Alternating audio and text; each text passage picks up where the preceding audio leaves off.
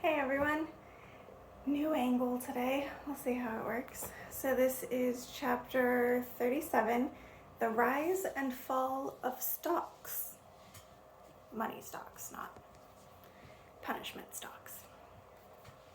Some days later, Albert de Monte called on the Count of Monte Cristo at his house in the Champs-Élysées, which had already assumed that palace-like appearance that the Count, thanks to his immense fortune, always gave even to his temporary residences. Albert was accompanied by Lucien Debray. The Count attributed this visit to a twofold sentiment of curiosity, the largest share of which emanated from the Rue de la Chaussée d'Antin. It was obvious that Madame Danglars, being unable to view with her own eyes the home of the man who gave away horses worth 30,000 francs, and who went to the opera accompanied by a slave wearing a million's worth of diamonds, had sent her deputy to gather what information he could. Notwithstanding, the Count did not appear to suspect the slightest connection between Lucien's visit and the Baroness's curiosity. "You are in constant communication with Baron Danglars?" he inquired of Albert de Monte. "Oh yes, you know what I told you." "It still holds good, then." "It is quite a settled affair," interposed Lucien, and doubtless thinking that this remark was all he was called upon to make, he put his tortoiseshell lorgnette to his eye, and, with the gold on top of his stick to his mouth, began to pace around the room examining the different pictures and weapons. "Is Mademoiselle Eugénie pretty?" asked Monte Cristo.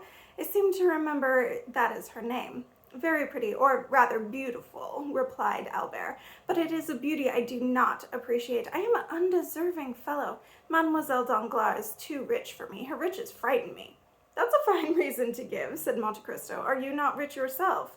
"My father has an income of some 50,000 francs, and will probably give me 10 or 12,000 when I marry, but there is something besides that." "I must own I can hardly understand your objections to such a beautiful and rich young woman," replied the Count. "Even if there are any objections, they are not all on my side." "Who raises objections, then? I think you told me your father was in favor of the marriage." "My mother objects to it, and she has a very prudent and penetrating eye. She does not smile on this union, for some reason she has a prejudice against the Danglars family." "Ah, that is quite comprehensible," said the Count in a somewhat strained tone of voice. "The Countess of Monte, who is in distinction, aristocracy, and refinement personified, is somewhat disinclined to touch the thick, clumsy hand of a plebeian. That is only natural." "I really do not know whether that is the reason," said Albert. "What I do know is that if this marriage is concluded, it will make her unhappy. It would be too great a disappointment to my father if I did not marry Mademoiselle Danglars, and yet I would rather quarrel with the Count than cause my mother pain." Monte Cristo turned away, apparently agitated. "What are you doing here?" said he to Debray, who was seated in a deep armchair at the other end of the room with a pencil in one hand and a notebook in the other. "Are you making a sketch of that Poussin?" "Aye," he said calmly, "a sketch? No, I am doing something very different. I am doing some arithmetic." "Arithmetic?" "Yes, and it concerns you indirectly, Malcuff. I was reckoning on the firm of Danglars have gained by the last rise of the Haiti stock. They have risen from 206 to 409 in 3 days, and the wise banker bought a large amount at 206. He must have gained 300,000 francs. "That is not his best deal," said Malcoff. "Didn't he make 1,000,000 this year with his Spanish bonds?" "Yes, but the Haitis are quite a different matter. Yesterday, Monsieur Danglars sold them at 406 and pocketed 300,000 francs. Had he waited until today, when the bonds fell to 205, he would have lost 25,000 francs instead of making 300,000. "But why have the bonds fallen from 409 to 205? asked Monte Cristo. "Pardon my question, but I am very ignorant of all these tricks on the exchange." "Because one piece of news follows the other, and there is great dissimilarity between them," replied Albert with a laugh. "What, does Monsieur Danglars speculate at the risk of losing or gaining 300,000 francs a day? He must be enormously rich." "It is not he who speculates," exclaimed Lucien energetically. "It is Madame Danglars. She is very daring." "But you should stop her," said Macouf with a smile. "You have common sense enough to know how little one can rely on communiques, for you are at their very source." "How should I be able to stop her when her husband has not yet succeeded in doing so? You know the Baroness. No one has any influence over her. She does just what she pleases." "If I were in your place, I should cure her," said Albert. "You would be doing a kind action for her future son-in-law." How would you set about it? It would be perfectly easy. I should teach her a lesson. Your position as minister's secretary gives you great power over telegraphic dispatches. You never open your mouth to speak, but stockholders take down every word you say. Make her lose 100,000 francs and she will soon be more careful. I don't understand, said hammered Lucien. Nevertheless, it is quite comprehensible, replied the young man simply. One fine morning, tell her something stupendous, a telegraphic communication that you alone could know. For example, that Henry IV was seen yesterday at Gabriel's. Thus, that would cause bonds to rise. She would speculate, and would certainly lose when Beauchamp wrote in his journal the following day, the news circulated by some well-informed person that King Henry IV was seen at Gabriel's the day before yesterday is absolutely without foundation. King Henry IV has not left the Pont Neuf. Lucien gave a forced laugh. Monte Cristo, to all appearances, quite indifferent to the conversation, had not lost one word of it, and his quick perception had detected a hidden secret in the private secretary's embarrassment. In fact, Lucien was so embarrassed, though Albert did not perceive it, that he cut short his visit. He evidently felt ill at ease. When the Count accompanied him to the door, he said something to him in a low voice, to which he replied, "I accept with pleasure, Count." The Count returned to young Moncouf and said, "Do you not think that, on reflection, you were wrong to speak as you did of your mother-in-law before Monsieur Debray?" "Not so fast, Count," said Moncouf. "I pray do not give her that title so prematurely." "Without any exaggeration, is your mother really so greatly opposed to this marriage? To such an extent that the Baroness rarely comes to the house, and so far as I know, my mother has not visited Madame Danglars twice in her whole life." "Then I am emboldened to speak openly to you," said the Count. "Monsieur Danglars is my banker. Monsieur de Villefort has overwhelmed me with politeness in return for a service which a casual piece of good fortune enabled me to render him. I predict from this an avalanche of dinners and parties. Now, in order to forestall them, and if it be agreeable to you, I propose inviting Monsieur and Madame Danglars and Monsieur and Madame de Villefort to my country house at Auteuil.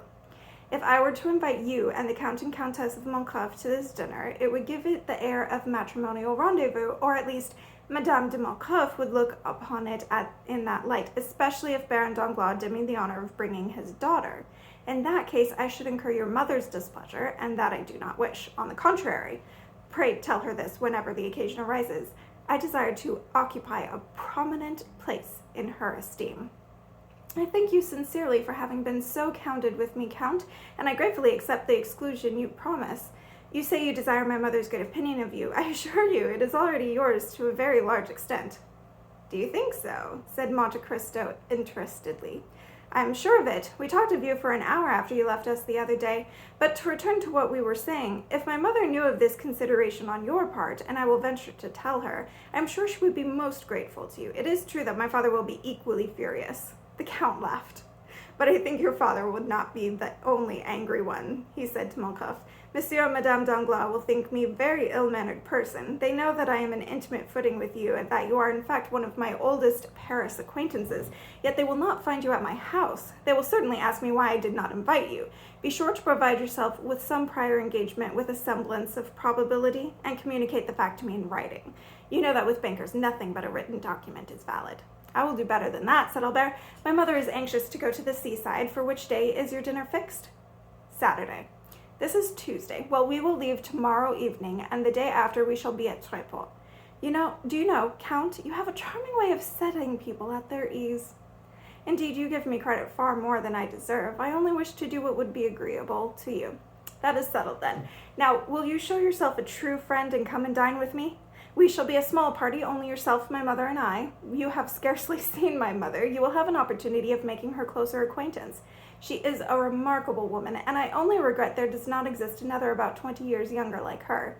In that case, I assure you, there would very soon be a Countess and Viscountess of Moncouf." "1,000 thanks," said the Count. "Your invitation is most kind, and I regret exceedingly that it is not in my power to accept it.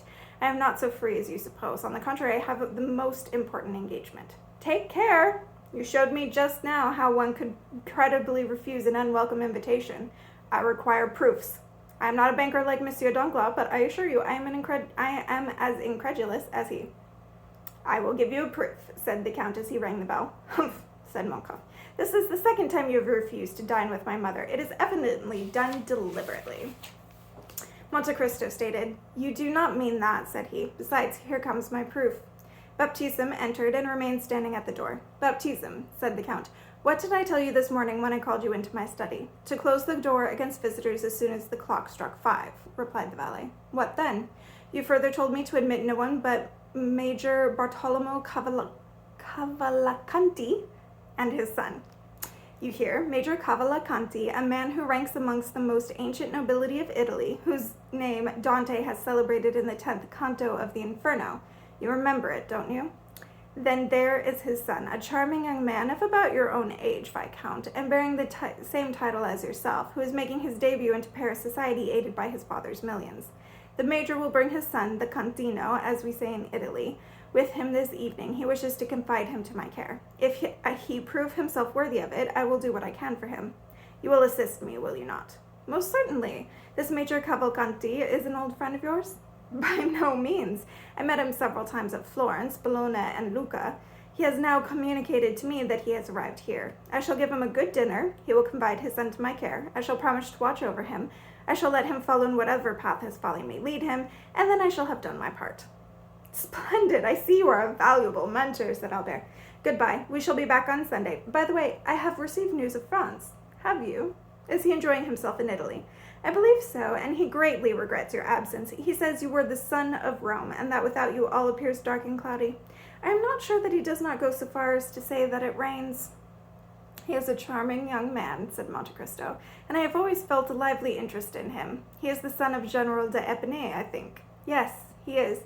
The same who was so shamefully assassinated in 1815? By the Bonapartists.